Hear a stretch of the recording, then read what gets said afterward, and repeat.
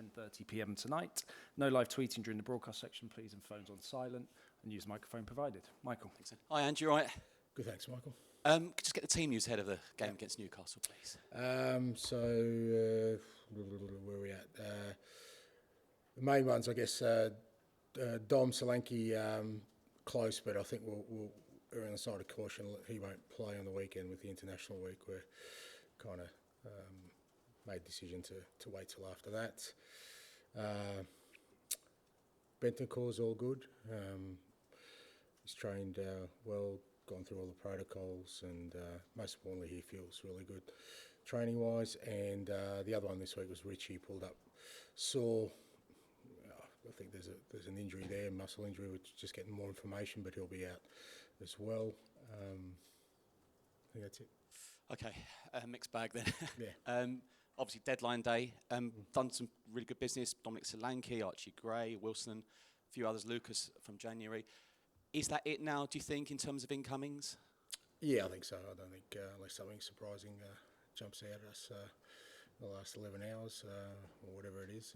But no, I think that's it for us. Just in the Europa League draw, some cracking ties. Rangers, I bet you can't wait for that one. No, exciting. Good to be a part of it, and some good games, and I'm sure I'll get a warm reception at Ibrox. They'll be looking forward to seeing me. Yeah. Let's hope it's still at Hampden. In terms of that, though, the squad. Obviously, there were some injuries last season with no Europe. If there are no incomings today, though, are you happy cover-wise? The odd injury here and there. Are you overall happy with the strength of the squad and the size?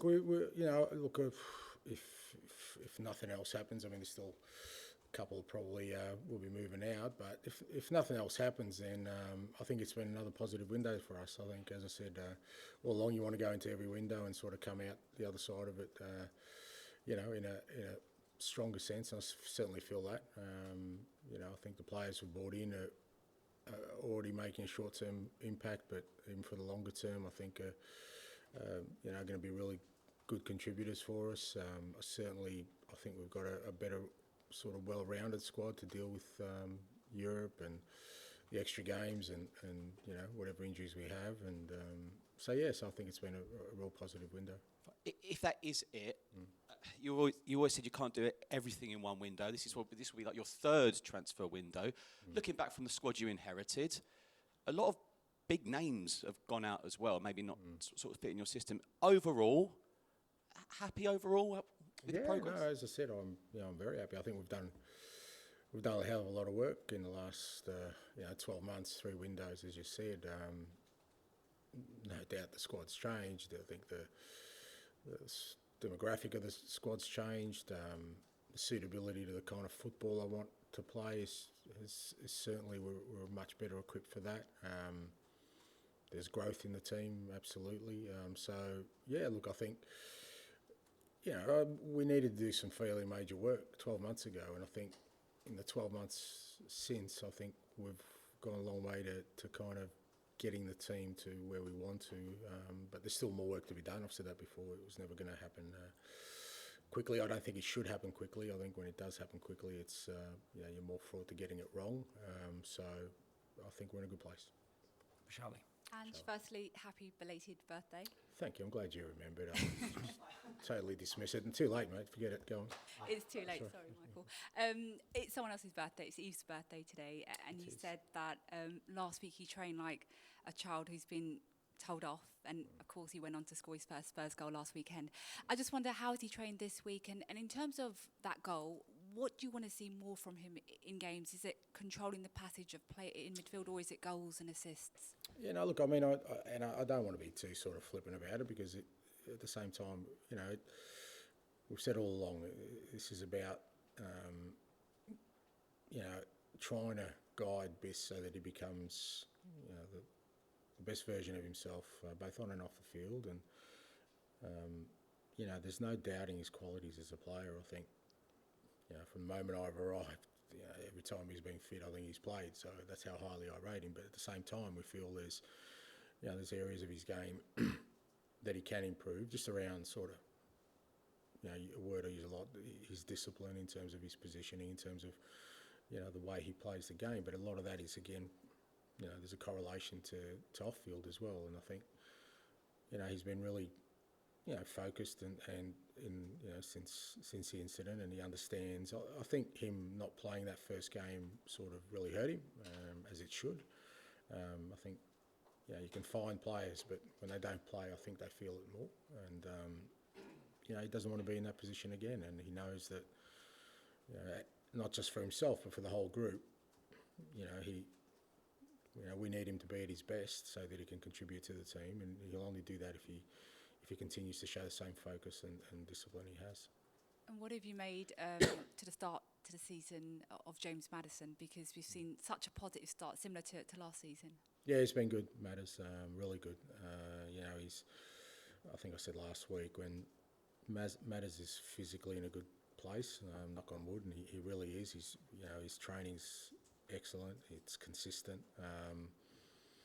We know he's such a creative force in this league. He's done it for many years. So great to have him back up and running. And I think he's been excellent the first 2 games. And I can see in him that he really wants to take his game up another level, and hopefully he can.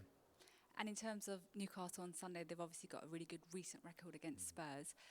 The game in Australia, I know it was a friendly, but it was much closer. So what can you take away from those games last season going into Sunday's match? Yeah, a bit of a contrast. I thought, obviously here at home we did really well against them, but fair to say up there we didn't.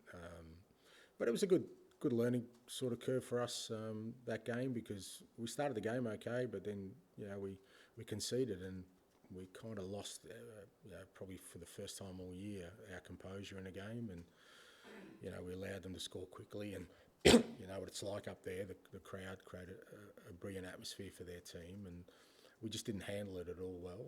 It was a good sort of learning curve for a lot of our players who, it was their first sort of exposure to a game like that, to an atmosphere like that. So, obviously we want to have learnt from that, but it's still a tough game. I think any time you go up, play against Newcastle on their home ground, it's a tough game.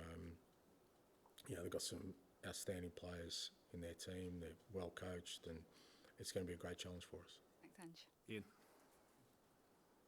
Hi, Ange, and can I reiterate happy 58th birthday for this week, as some people forgot? Yeah, well, it's my 59th, so you're being even kinder to me. Okay, fine, there we go. The Europa League draw, apart from Rangers, which obviously a lot of people will look at, there's some really excellent ties, but also it gives you a block of 8 games. And last season, because Spurs went in Europe and went out League Cup early, I think bemoaning is a fair word to use. The lack of games, actually your team, how you had to get your team to play how you want and mix players around. Yeah, no, absolutely. I think I said on a number of occasions, I think people, were kind of trying to sort of steer me towards the fact that less games means we're sort of fresher for the league, which in some respects that works, but it doesn't work when, like us, we had a lot of injuries and we were putting in players who hadn't had a lot of football because we just didn't have the volume of games, whereas now, it allows you now with the fixturing to get into a rhythm of knowing we've got 2 games a week pretty much right through till the end of January for the most part. Players within the whole squad will get utilised. So if we do have injuries, we're not throwing on somebody who hasn't played for 6 or 7 weeks. And like I said, it allows you to get into a rhythm. So, it means less training time, but hopefully we've had a good training block leading up to this sort of international window that sets us up for the rest of the year. So, look, I'd much prefer having a program like we have now, from now till sort of the end of January, than sort of what we faced last year. So you're a fan of the new format as well? Oh, it's interesting. Yeah, I think it'll be an interesting concept. A couple of extra games, the league format. I think it's different dynamics sometimes. In the group stages when it was, maybe after 3 games the whole thing was done and dusted, but I think it'll be alive a lot more now, right until probably the 8th game, because teams are fighting for positions. So I think there'll probably be less dead rubbers in European football, which I don't think is a bad thing. So happy to see how it works. In this day and age, players staying at clubs for a long time is relatively unheralded. Ben Davies has been here 10 years. Sonny has been here 9, played over 400 games in all competitions. What do those sort of players give to you as a manager in terms of when you're coming in and you're wanting to change as you have? Yeah, like I said, it's a bit of a rare occurrence, particularly at big clubs where players stay for that sort of length of time.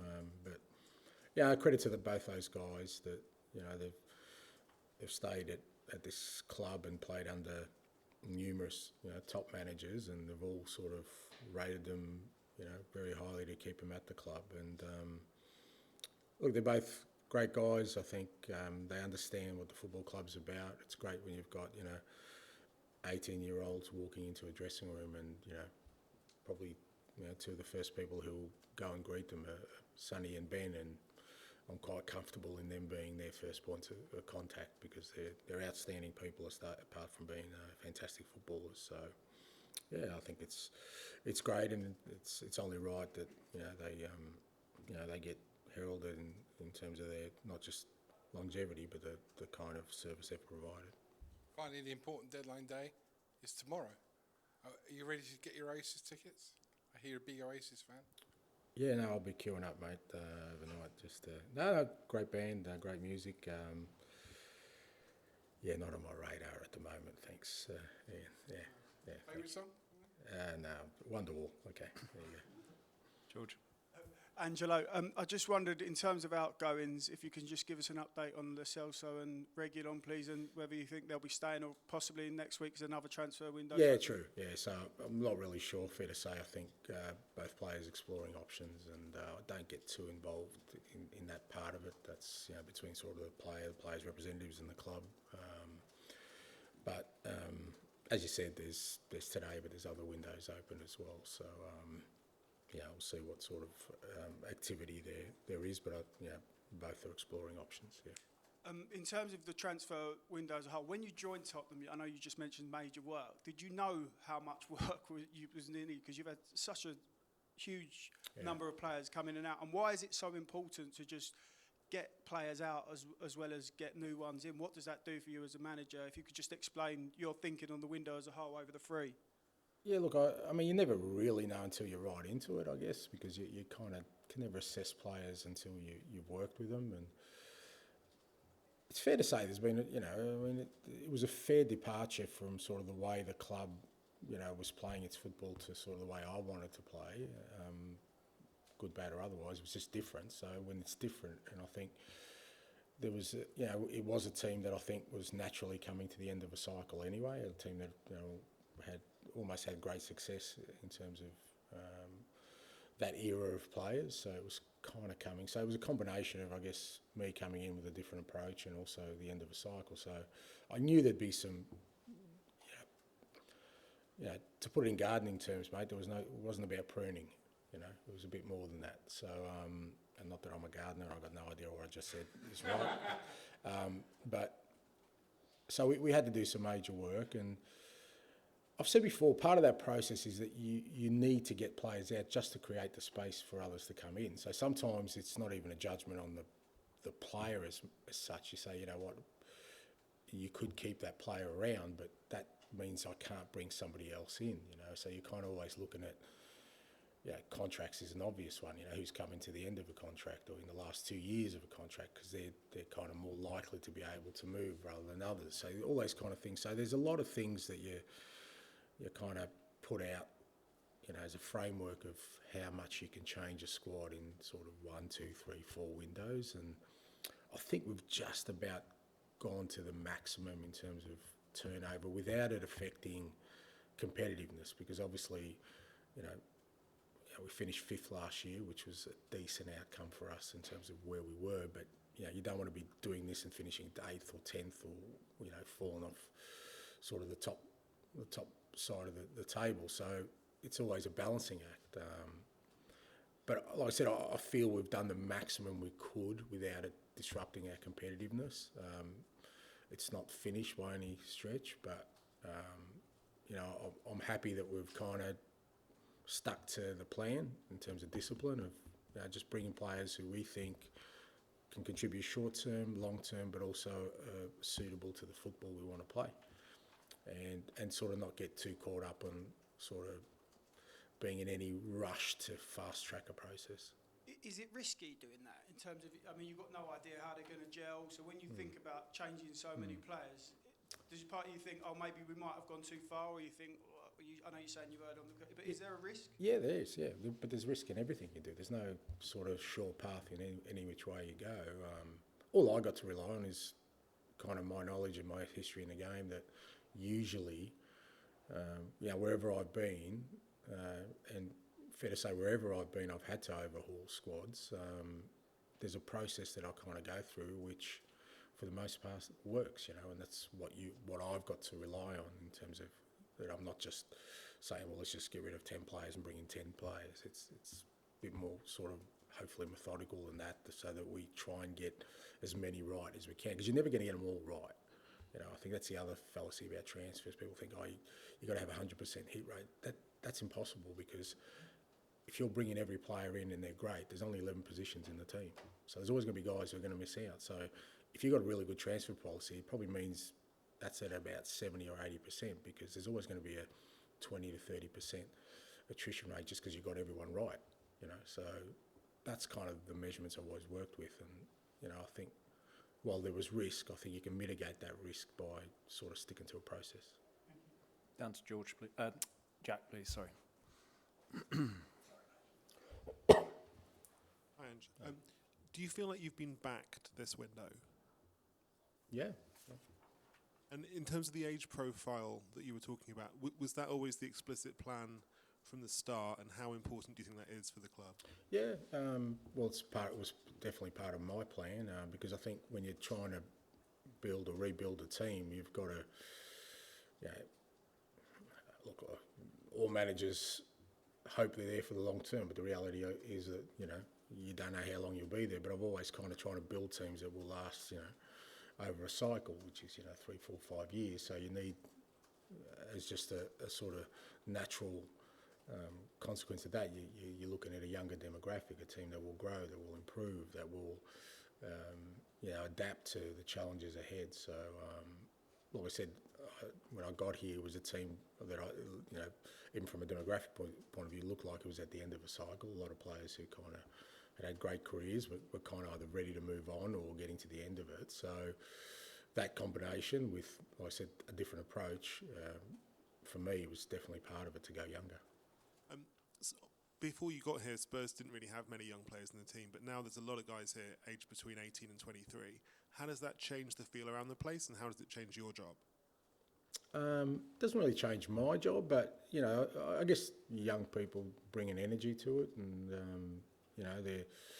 they're excited to be here. They're excited to be at this football club, excited to be playing in the Premier League, I guess, and excited by the challenge ahead. And I think it's a good environment they've come into, because the senior players we do have are all guys who are still very, very motivated and ambitious as well. So, and I think, it allows them to grow together. They're all kind of in that similar part of their careers, which invariably you're going to have challenges individually and collectively. And I think if they experience them together, it allows them, I think, to overcome those, in a better way.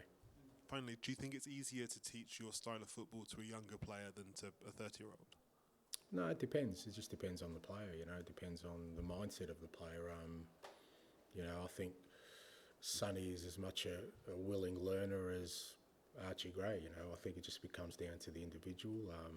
I think it is sometimes easier with younger players, because obviously they're a little bit more open to maybe doing things a different way. But I think in the current climate of where the world's at with young people, you still, it's not like me, I just tell them what to do and they do it. I think those days are long gone. There still needs to be a narrative of why we're doing what we're doing. And young players now want to be coached. They definitely want the information. They want to know why I'm asking them to do certain things. But again, I enjoy that aspect of it.